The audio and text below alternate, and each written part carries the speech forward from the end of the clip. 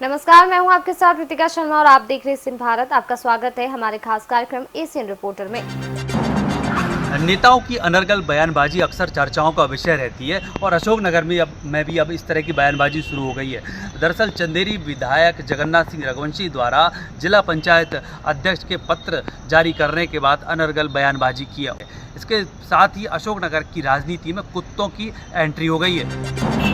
अक्सर देखा जाता है कि अलग अलग दलों के नेताओं द्वारा समय समय पर अनर्गल बयानबाजी की जाती है और ऐसी बयानबाजी अधिकतर चर्चाओं का विषय रहती है। अशोकनगर में भी ऐसा ही कुछ मामला सामने आया है। यहाँ पर जिला पंचायत अध्यक्ष अजय प्रताप सिंह यादव द्वारा जब ईसागढ़ थाना प्रभारी मीना रघुवंशी के खिलाफ मुख्यमंत्री को पत्र लिखा गया और उन्हें हटाने की मांग की गई, तो इस पूरे मामले में चंदेरी के विधायक जगन्नाथ सिंह रघुवंशी द्वारा भी एक बयानबाजी की गई है। इस बयानबाजी में उन्होंने कहा है कि जिनके घर शीशे के होते हैं वह दूसरों के घर पत्थर नहीं मारा करते। विधायक यहाँ भी नहीं रुके। उनका कहना था कि जो कुत्ते पागल हो जाते हैं उनका इलाज पागल खाने में ही होता है। अब अशोकनगर में राजनीति जो चल रही है उसमें कुत्तों की एंट्री हो गई है। अब देखना होगा कि अशोकनगर में होने वाली इस बयानबाजी और भारतीय जनता पार्टी के दो वरिष्ठ नेताओं के बीच में इस तरह का मामला क्या कुछ गुल खिलाता है। हालांकि इस मामले में जो जिला पंचायत है अध्यक्ष है अजय प्रताप सिंह यादव, उनका कहना है कि चंदेरी विधायक जो है मेरे पिता तुल्य हैं और उनके द्वारा अगर हमें कुत्ता भी कहा गया है तो यह आशीर्वाद की तरह हमें स्वीकार है। इस मामले में जिला पंचायत अध्यक्ष द्वारा बड़कपन दिखाते हुए कहा गया है कि जो चंदेरी के विधायक हैं उनकी उम्र उनके पिता से अधिक है, तो ऐसे में चंदेरी विधायक ने जो कुछ भी कहा उन्हें आशीर्वाद स्वरूप सब कुछ स्वीकार है। अब देखना होगा कि अशोकनगर की राजनीति में क्या कुछ नया होता है, क्योंकि जिला पंचायत अध्यक्ष ने चंदेरी विधायक की पुत्रवधू को लेकर सीएम को पत्र लिखा था और ऐसे में उनके जो पूरे आरोप थे वो जिला पंचायत अध्यक्ष द्वारा जो आरोप लगाए गए थे वो पूरे के पूरे आरोप जो चंदेरी विधायक की पुत्रवधू को थे। लेकिन पुत्रवधू के ऊपर लगे आरोपों से चंदेरी विधायक व्यथित हुए और उन्होंने इस तरह की बयानबाजी कर दी। देखना होगा कि आगे राजनीति कहाँ तक जाती है। अशोकनगर से आशीष मालवीय, एशियन रिपोर्टर। इंदौर शहर में कल महिला वनडे क्रिकेट मैच विश्व कप होने जा रहा है। यह न्यूजीलैंड और ऑस्ट्रेलिया के बीच के अंदर यह क्रिकेट मैच होगा। इंदौर स्टेडियम के अंदर जो है काफ़ी सुरक्षा व्यवस्था बढ़ा दी गई है। वहीं यातायात रूटों को भी जो है डाइवर्ट किया गया है। इंदौर के होलकर स्टेडियम में बुधवार से आईसीसी महिला वनडे विश्व कप के मुकाबले शुरू हो रहे हैं।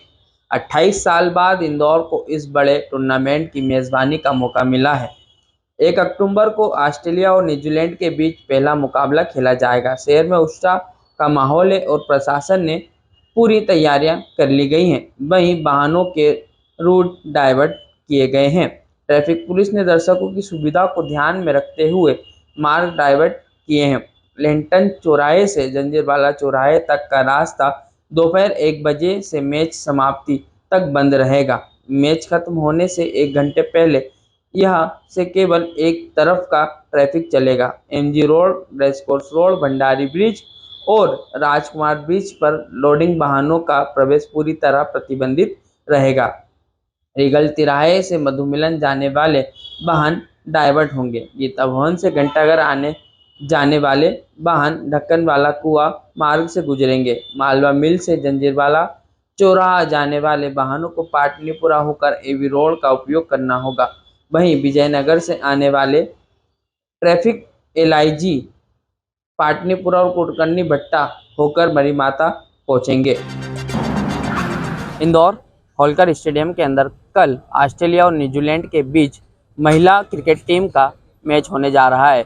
तकरीबन 5000 से अधिक दर्शक क्रिकेट मैच देखने पहुंचेंगे। जिनकी सुविधाओं को ध्यान में रखते हुए यातायात रूट को डाइवर्ट तो किया गया है। वहीं 3 पार्किंग जोन बनाए गए हैं। वहीं होलकर स्टेडियम को जो है नो वाहन जोन में घोषित किया गया है। यहाँ पर किसी भी तरह से वाहनों के आवागमन पर प्रतिबंध रहेगा और आने वाले यहाँ से चारों ओर जो है रूट अलग अलग रोडों पर डिवाइडेड किए गए हैं।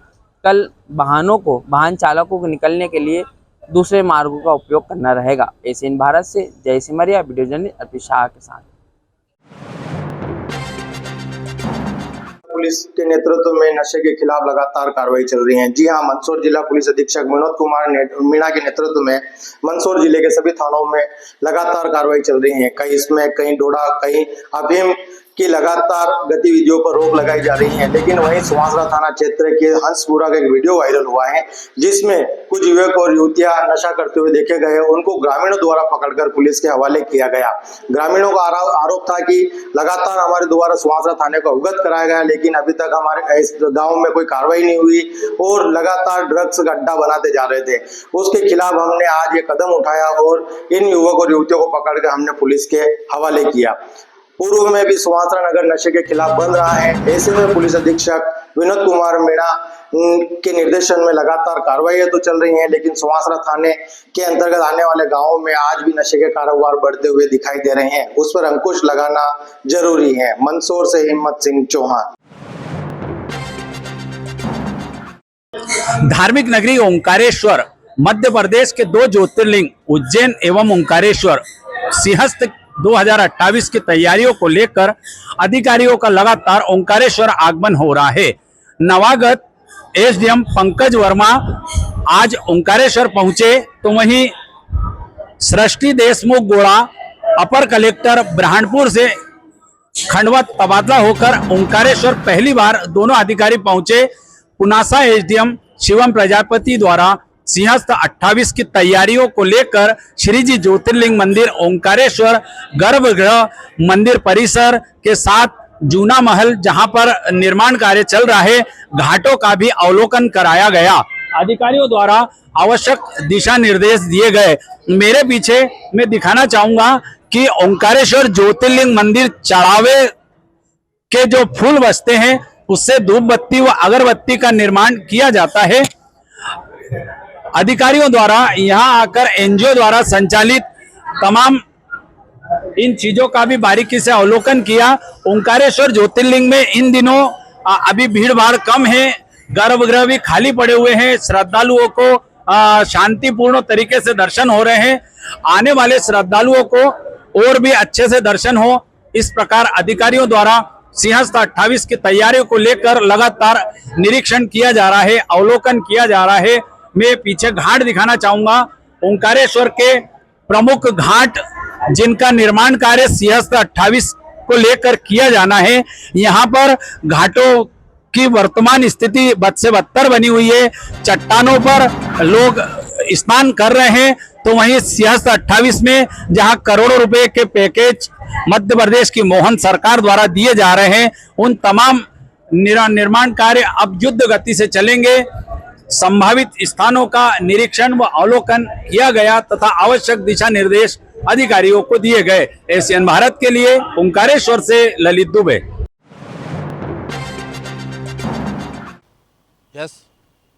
नमस्कार, आप देख रहे हैं एशियन भारत, मैं हूं राशिद मीर। अब आप खास तौर से देख रहे हैं एशियन भारत का खास रिपोर्टर, खास बुलेटिन एशियन रिपोर्टर।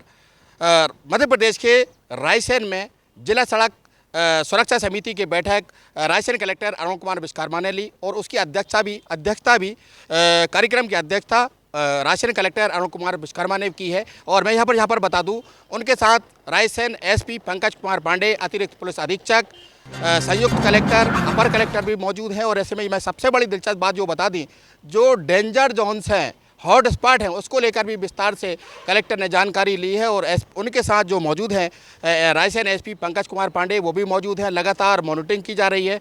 हमारे दर्शकों को मैं ये बता दूं कि लगातार यहाँ पर जो दुर्घटनाएं हो रही हैं, उसकी भी विस्तार से जानकारी ली गई है। जैसा कि मैं आपको बता दूं, किस हॉट स्पॉट पे कितनी घटनाएं हुई हैं, कितने लोग घायल हुए हैं, कितने लोगों की मौत हुई है, इसकी भी विस्तार से जानकारी रायसेन कलेक्टर अरुण कुमार विश्वकर्मा ने ली है। और उनके साथ पुलिस प्रशासन भी लगातार मौजूद है। और मैं यहाँ पर यह भी बता दूं, लगातार जो ओवरलोडिंग वाहन है, उन पर भी देखरेख के लिए जो है दिशा निर्देश दिए हैं। उनके साथ परिवहन अधिकारी, यातायात प्रभारी, जिला पंचायत की पूरी विभाग की टीम भी वहाँ पर मौजूद है। लगातार इसकी मॉनिटरिंग की जा रही है। और मैं ये भी बता दूं कि लगातार जो चालू वर्ष है, इस वर्ष में कितनी घटनाएं हुई हैं और घटना की वजह भी उन्होंने जानी है। और जो कि मैं आपको यहाँ पर बता दूं, जिला सड़क सुरक्षा समिति के बैठक की अध्यक्षता रायसेन कलेक्टर अरुण कुमार विश्वकर्मा कर रहे हैं और उनके साथ रायसेन एसपी पंकज कुमार पांडे, अतिरिक्त पुलिस अधीक्षक भी मौजूद हैं और विस्तार से जानकारी ली जा रही है। मैं ये भी बता दूं, लगातार जो हॉट स्पॉट है, जो मैं कह सकता हूं कि डेंजर्स जोन्स इलाके हैं, उसकी भी विस्तार से जानकारी ली जा रही है। घटना ना हो, इसको लेकर भी दिशा निर्देश संबंधित अधिकारियों को दिए जा रहे हैं। और ऐसे में मैं ये भी बता दूं, जो भी हॉट स्पॉट है उसकी भी विस्तार से जानकारी ली जा रही है। घटना क्यों हुई, इसकी भी वजह जानने की कोशिश की जा रही है चालू वर्ष में। लेकिन सबसे बड़ी बात जो निकल कर सामने आ रही है, जो ओवरलोडिंग वाहन है उसकी भी जो कार्रवाई के लिए कहा गया है, जो भी बिना परमिट वाहन चल रहे हैं रायसेन जिले में, उसकी भी जानकारी रायसेन कलेक्टर ने ली है। और मैं ये भी बता दूं कि हॉट स्पॉट की जो जानकारी मैं अभी बता रहा था कि घटना ना हो या घटना क्यों हुई, घटना की वजह, सांकेतिक बोर्ड और ऐसे में जो भी कमियां थी उसको पूरे करने के लिए रायसेन कलेक्टर अरुण कुमार विश्वकर्मा ने जो है जिला अधिकारियों को निर्देश दिए हैं और उनके साथ रायसेन पुलिस अधीक्षक पंकज कुमार पांडे भी मौजूद हैं। कैमरा पर्सन आसिफ कुरैशी के साथ राशिद मीर, एशियन भारत, रायसेन। मध्य प्रदेश विधानसभा के मुख्य सचिव एपी सिंह आज रिटायर हो गए हैं। एपी सिंह का कार्यकाल जो रहा काफी अच्छा कार्यकाल उसको कहा जा सकता है। विधानसभा की कार्रवाई से लेकर, विधानसभा के संचालन से लेकर, विधानसभा के निर्वाचन प्रक्रिया को लेकर हर चीज में उन्होंने जिस तरीके से अपने पूरे कार्यकाल में गुड गवर्नेंस के हिसाब से जो विधानसभा का संचालन किया, और विधानसभा अध्यक्ष चाहे वो कांग्रेस के रहे हों या भारतीय जनता पार्टी के, सभी को उनको एक अच्छे सहयोग के लिए जानते हैं और हमेशा याद करे जाएंगे, क्योंकि उनका जो कार्यकाल रहा वो लोकसभा से भोपाल विधानसभा में डेपुटेशन पे आए थे। 1 साल के लिए डेपुटेशन पे आए थे, लेकिन वो बहुत लंबा समय उन्होंने अपने सर्विस पीरियड का लगभग पूरा समय मध्य प्रदेश की विधानसभा में गुजारा। और विधानसभा को कंप्यूटराइज करने से लेकर दस्तावेजों का कंप्यूटराइज करने के साथ साथ, और जिस तरीके से उन्होंने कोविड पीरियड में विधानसभा संचालित करवाई और विधानसभा के लिए जो संचालन से संबंधित विधायकों के लिए जो गाइडलाइंस थी उसको काफ़ी सरल भाषा में उन्होंने उस पर 2 किताबें भी लिखी। और उनकी ये किताबें जो हैं वो मध्य प्रदेश के अलावा जितने भी हिंदी भाषी राज्य हैं वहाँ विधानसभा में प्रयोग की जाती हैं कि विधानसभा की कार्रवाई का संचालन किस प्रकार से कराया जाए, किस तरह से पक्ष और विपक्ष दोनों को सामंजस्य बैठा करके दोनों की बात सुनी जाए, और दोनों की बात सुनने के साथ साथ जिस तरह से जो अनुशासनात्मक कार्रवाई हो या विधानसभा में अनुशासन भंग करने की बात हो, उसको लेकर के भी वो अपने नियमों में जहां एक और कठोर निर्णय लेने में तेज तर्रार थे, और साथ ही विधायकों से उनका सामंजस्य और मंत्रियों से उनका सामंजस्य और नेता प्रतिपक्ष से उनका सामंजस्य काफी चर्चा का विषय रहता था।